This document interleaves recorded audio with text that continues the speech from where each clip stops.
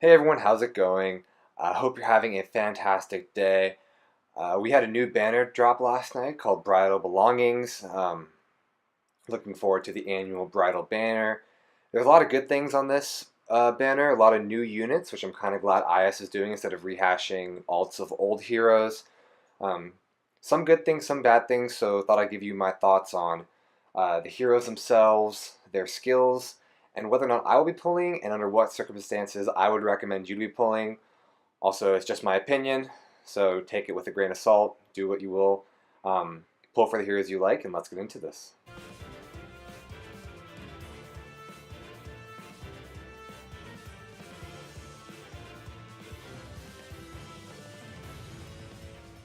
Alright, so the first hero we have up is Forthright Heart Tanith. It is none of your concern. Focus on battle, not bridal gowns. So the first thing I'd say about Tanith and this banner as a whole is amazing artwork. Really, my hat's off to the people who did the art in this banner. It looks amazing.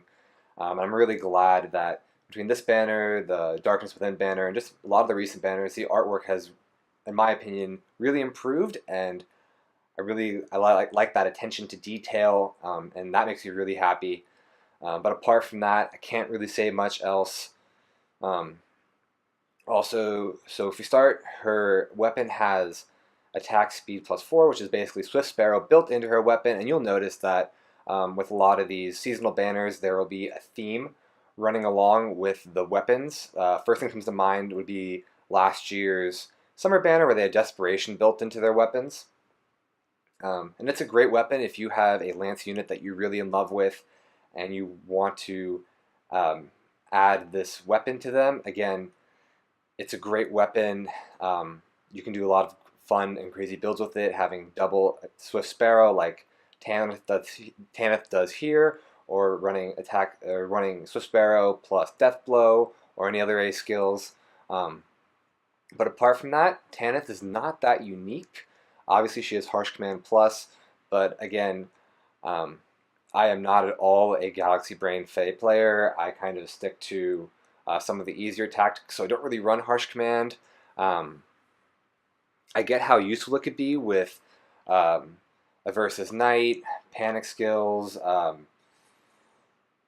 the new Fallen Corins, Panic skill, but again, there's a lot of other ways to circumvent those skills that are a lot easier than trying to divest orbs into this banner, trying to pull a Tana, so you can put Harsh Command Plus on one of your heroes. I mean, she has great passive skills, but again, these are all skills you can get very easily elsewhere. Chill Attack 3 is on Garneth, so Sparrow 2 is on Naysala, I believe. Um, so, unfortunately, Tanith isn't a bad hero, but um, in my opinion and what I'm predicting is that I won't be seeing a lot of her. I'll be seeing a lot of her weapon foddered off to other heroes um, and being used in that way. So, great hero. Glad they put Tanith in, but I won't be pulling for her just due to um, I don't feel a big desire to pull for Harsh Command Plus. I don't have any Lance units that I feel need her weapon, and again, the passive skills I can get pretty easily elsewhere, so probably will be skipping her even if I do decide to pull.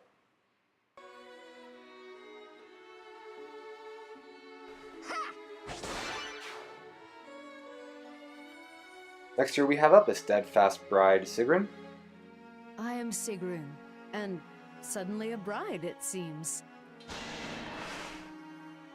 So all these heroes are really good in my opinion. However, there's obviously going to be, and I hate to say worse, I hate to talk negatively about heroes, but she's probably the least desirable for me on this banner. Again, she has her weapon Cake Cutter that has Swift Sparrow built into it. Um, I could see that being foddered off a lot as well if you have maybe a Brave Celica um, or a Ira or even a Carla. If you wanted to merge those with either Deathblow 4 or double up on Swift Sparrow, I could see those builds getting to be kind of fun and pretty powerful. She has AR defense, and to be completely honest, I think IS kind of made an assumption that these AR skills would be more desirable, and that hasn't really turned out that way. I don't see a lot of people running any of the ARD or ARO skills that came out on the picnic banner. Um, I don't find that a lot of people really are going to put a lot of effort or a lot of orbs into pulling for these skills that can only be used in a game mode that probably only about 50% of the community really cares about at this point. Um, Also, air orders. It's a very specific skill for a very specific team. You have to be using basically a Flyer Emblem team. I do have a Flyer Emblem team. Don't really use it that often unless it's for special quests. I prefer to use mixed emblems. So to get air orders is not a high priority for me. So apart from that, her skill set really isn't that desirable. Um, and personally, I would not be um, trying to divulge a lot of orbs into um, red orb hell, as some people call it. I really do not have a lot of luck with red orbs, especially with sword units. Um, so for me, I cannot justify putting any orbs towards red units in this banner. Again, Sigrid, great character, love the artwork, and if you're a collector, I would definitely go for her. But um, I have to manage my free-to-play orbs, and this is one I'm going to have to pass on.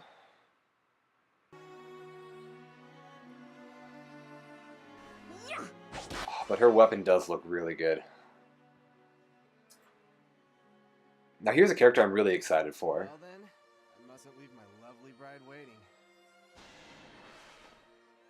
I know a lot of people have wanted Pent in the game for a long time now. I certainly have. I remember playing with him in um Binding Blade. I believe FE7, I believe, is Binding Blade. I always get Binding Blade and Blazing Blade confused because the names are so similar. But I just remember on my first playthrough, him appearing as a green unit, and then he's surrounded by a ton of enemy units, and you kind of think, oh, I really need to get to him before he gets wiped off the face of the planet by these hordes of enemy units. But he holds up so well, and he's just so powerful. And after recruiting him, I really rode him to victory for the rest of the game. So as far as the lore goes, two things confuse me. In the game, he was an infantry unit, and really no mention of him ever riding a horse. That would be the other Major General, Cecilia, was the one that was the horseback in Blazing Blade. So confused as to why Pent is a cavalry unit here. And also, I really think they just did him dirty with the skill set they have here. Hopefully his stat line makes up for it, but he was so powerful in that game, and this stat line really doesn't even come close to matching it, in my opinion. Again, he has his blue tome that has attack speed +4, aka So Sparrow. Um, there's so many other blue mages, and it would be hard. I know everyone in this game probably has a built-up Reinhardt, where speed is irrelevant. Give him Death Blow 3 or Death Blow 4, and he instantly outclasses Pent here. Um, and the only way Pent would even come close would be to knock off his B skill and give him Desperation, and then hopefully his speed is high enough to where he can double instead of the guaranteed double like Reinhardt. Just in my opinion, Reinhardt still is going to be a better unit to use. And like I've said before in playing my videos, I have a +10 Reinhardt. Again, I'm one of those guys that lives and dies by Reinhardt. He's one of the first generation units that I still use, and I still think he is massively impactful on the meta. Dollar range 3, I probably have about 7 or 8 Morgans in my barracks right now, either in my barracks or as combat manuals, so not really a skill that I am looking for or need at anything. Pulse Smoke 3, it looks good, but again, I know a lot of people combat. There's already a ton of ways that people combat specials charging up on opposing units. In my opinion, this is a dulled down version of what you want on Halloween Mia, And most people nowadays are building units where you could just take out your opposing unit before they even get um, before they get their special off, trying to one round them. Then you have skills like that special fighter and guard that also um, prevent the special cooldown from charging. So again, Pulse Smoke 3, while it looks good, it is a how do I say this? Very specific skill used for very specific circumstances, and not a circumstance that I really am putting a lot of effort into protecting against right now. Um, so unfortunately, they really did my boy Pent dirty here. I would love to pull for him. Not going to spend too many orbs on him, but just to have him as a character, just as part of collecting heroes, that's why I would pull for him. But hopefully we get a better, more accurate version of Pent soon.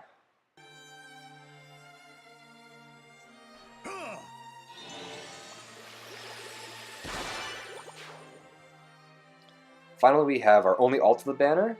If my brother and sisters could see me now, I would be very happy. We have Fjorm as a staff unit, and her skills really confuse me. I think they did a great job combining what most people do, the Razzle Dazzle effect. So she has a Wrathful Staff built into her weapon and Dazzling Staff as her B skill. Ground Orders 3, again, very similar to Air Orders.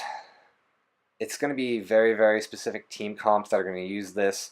And not something that I would really try to plan around or be that intent on using. It's a skill that I wouldn't really care that much about. But the real interesting thing about here is her staff. So at start of turn, if foe's HP is less than or equal to unit's HP -3, and foe is in cardinal direction, inflicts isolation on foe. And isolation basically prevents dance, sing, restore, harsh command. So I can see its usefulness, but again, I don't use harsh command. I don't see a lot of other people using harsh command in the teams I go up against, so not something I really need to prevent against. And also, she only has 46 HP, so I'm guessing it's 44 HP at base with the 42 HP at base plus HP plus 4 of her A skill. There's so many better A skills to use in HP attack too, so I could see people trying to replace that, which means she's going to have 42 HP, and that means for her weapon to be effective, the opponent would have to have 39 HP, and that just makes the uses so limited. I don't usually use Panic or any HP skills unless my unit has at least 50, probably mid-50s HP, and Fjorm does not even come close. Maybe if you really wanted to go all in on her staff and make her just a support unit, targeting that, you could do HP +5 on both her Sacred Seal and her A skill, give her 52 HP, and then maybe she would be somewhat useful. However, being a flying unit, she has the weakness to specific tones that target flying units, and also weakness to bows. So being able to take care of her HP is going to be almost a nightmare. And being a flying unit, I haven't seen the stats yet, but I'm only guessing that she'll have pretty middling defense. My speculation would be that she has pretty low defense, probably 19-20, and then a reasonable res rate, maybe 27, 28, 29. But still, nothing that would even come close to maintaining her HP into a range where her staff would be useful. Would I pull her? Yes, because she is adorable, and probably for the same reason as Pent, just to have her in my barracks.